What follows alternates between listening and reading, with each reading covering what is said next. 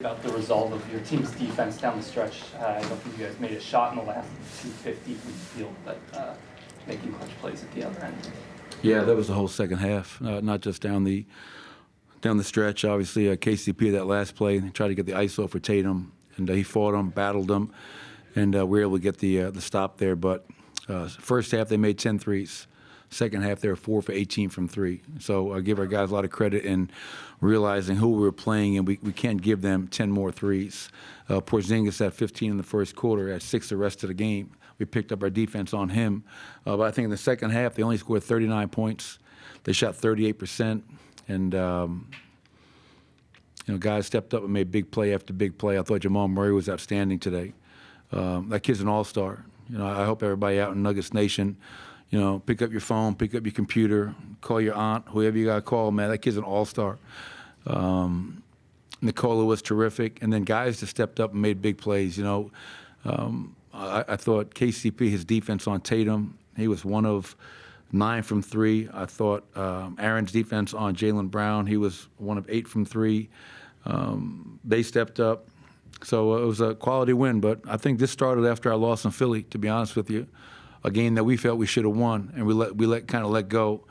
And the message to our team at that point was, I told them, all right, we gave one away tonight. Let's go up there and give them their first loss. That was our expectation, to come in here and get a win. And the guys found a way to do that. So I'm very proud of our group.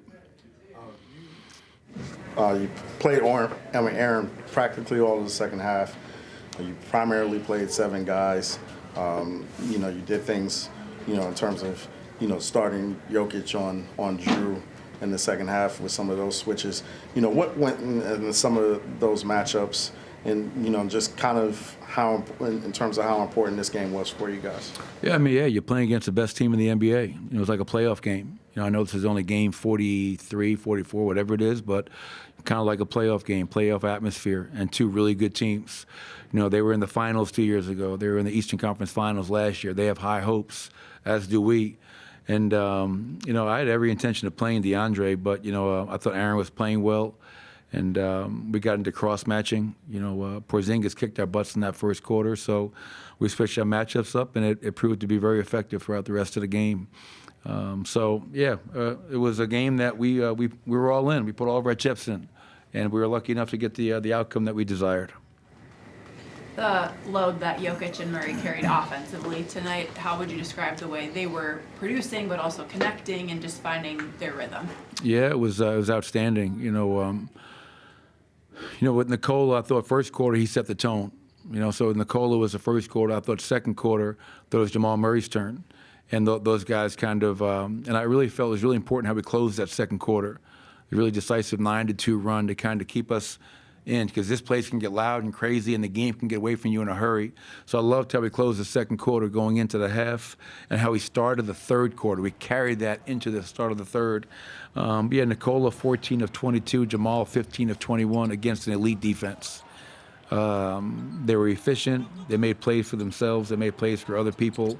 It was high-level basketball from 2 all-star players. When you decide to keep riding with Aaron at 5 there, do you tell him, like, this might be a whole game thing pretty much at a certain point, and how up to this are you? Or is it something that you're pretty much continuously feeling out throughout the game and then again? Yeah, no, Aaron Gordon is like an elite athlete. He can play a half of basketball. He played the whole second half. He'll be a little bit tired tomorrow, a little bit sore tomorrow, but if you want to beat good teams, you got to play your guys, and that's what we did tonight. And that's not a conversation that you need to have with AG. He wants to be out there. And I know he was 0 for 6 from the field, but those 10 rebounds, a block shot, 3 assists. I think he did a lot of other things, especially on the defensive end, to help us get the win. But you start asking people about that, you give them room to give you an answer, and I wasn't going to hear that answer. He's playing the whole second half. Nicola's obviously playing with a heavy heart tonight. Did you notice anything different about him pregame, or did you say anything to him, or did you just kind of give him his space? And no, last couple of days, just been supporting him, comforting him, giving him a hug. And as I mentioned to our team after the game, I couldn't be more proud of Nikola for playing the way he played with the tragic passing of Decky. And that's what you do, though. That's why I'm proud of Nikola. Like, you just lost somebody that you love and you care about, that meant a lot to you, that was a mentor and a coach to you. So go honor him. You know what I mean? And Nikola went out there, he honored Decky's memory and his legacy by playing at the level he played at. So not easy to do with a heavy heart, but Nikola's a special person, obviously, and it was incredible to watch him play with that heavy heart and the level he played against when you consider who we were playing and you added everything else to the mix. And that's why Nikola's the best player in the world. Two plays that make go unnoticed in this game, but all Michael Porter's offensive rebound? Michael Porter's 2 offensive rebounds. How big were they? I just told him, I thought he had a chance, Nikola had a chance to get the triple-double on the kick out to Michael. Great look in the corner. I thought it was going in, maybe has a chance to kind of ice the game right there. Doesn't get that, but I told him, Michael, that's a great example of, all right, if I didn't make a 3, how else can I help this team out? 2 huge offensive rebounds, second chance opportunities, another possession for us. That was impactful. He had 8 rebounds tonight, Scott, and 4 of those were on the offensive end. So when you beat a team like Boston in their house, their first home loss of the year, second half, every play was impactful. And, we found a way to survive. And now we have 3 more games on this road trip, and we just got to keep on trucking, man. We got a lot of work in front of us. Michael, it seems like you guys are all over the offensive boards, even when you're not sending guys there. Like, it just seems like your guys are often in the right spot. Even the other night in the game you didn't win in Philly, you were getting all sorts of time offensive rebounds. Is that a matter of, like, your guys having good awareness of sort of how things are going to go? Is it really being on string? Like, or is it emphasis for you guys? Like, what sort of leads you guys to be so effective in those situations? Well, a really good question. Obviously, we only had 10 offensive rebounds tonight, but we did get 15 second chance points off those. And I think a part of it could be, especially when our starting 5, they played so much basketball together, 82 and then 20 more in the postseason, that we have a pretty good feel for how we're playing and the shots that each other are taking. And if you have an idea of where the shot's taking, you can have a pretty good idea of where the miss is going to be. And you put yourself in position. And it's a fine line with a team like Boston, getting on the glass and then getting back.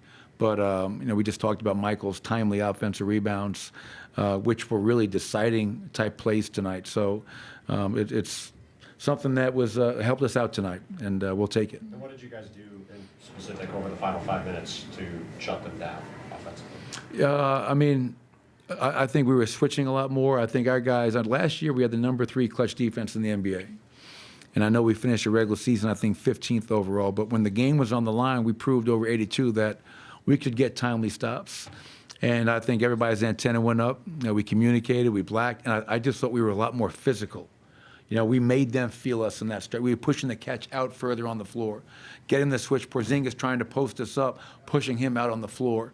And, as John Starks used to say, man, you got to make them feel you. And I thought we did a pretty good job of that in that second half. Tatum got rolling for a few minutes when he came back in late first quarter, early second quarter, ends up being 9 for 24 for those 22 points. What were your guys, whether it was KCP, whether it was Peyton, doing against him sort of as the game went? Well, second half, we tried to match Pope's minutes with him. So in the first half, they took him out around the 7-minute mark. I kept Pope in the game. So now he was going against, some of the guys on our bench. I think Jason Tatum is a first-team All-NBA caliber player. So the second half, we talked about it at halftime. Let's try to monitor and mirror Tatum's minutes with KCP. He's our best matchup on him. When he goes out, Pope goes out. When he comes back in, Pope comes back in. And you just try to make life hard for him. And, we think Pope is one of the best perimeter defenders in the NBA for a reason. Thanks, Coach.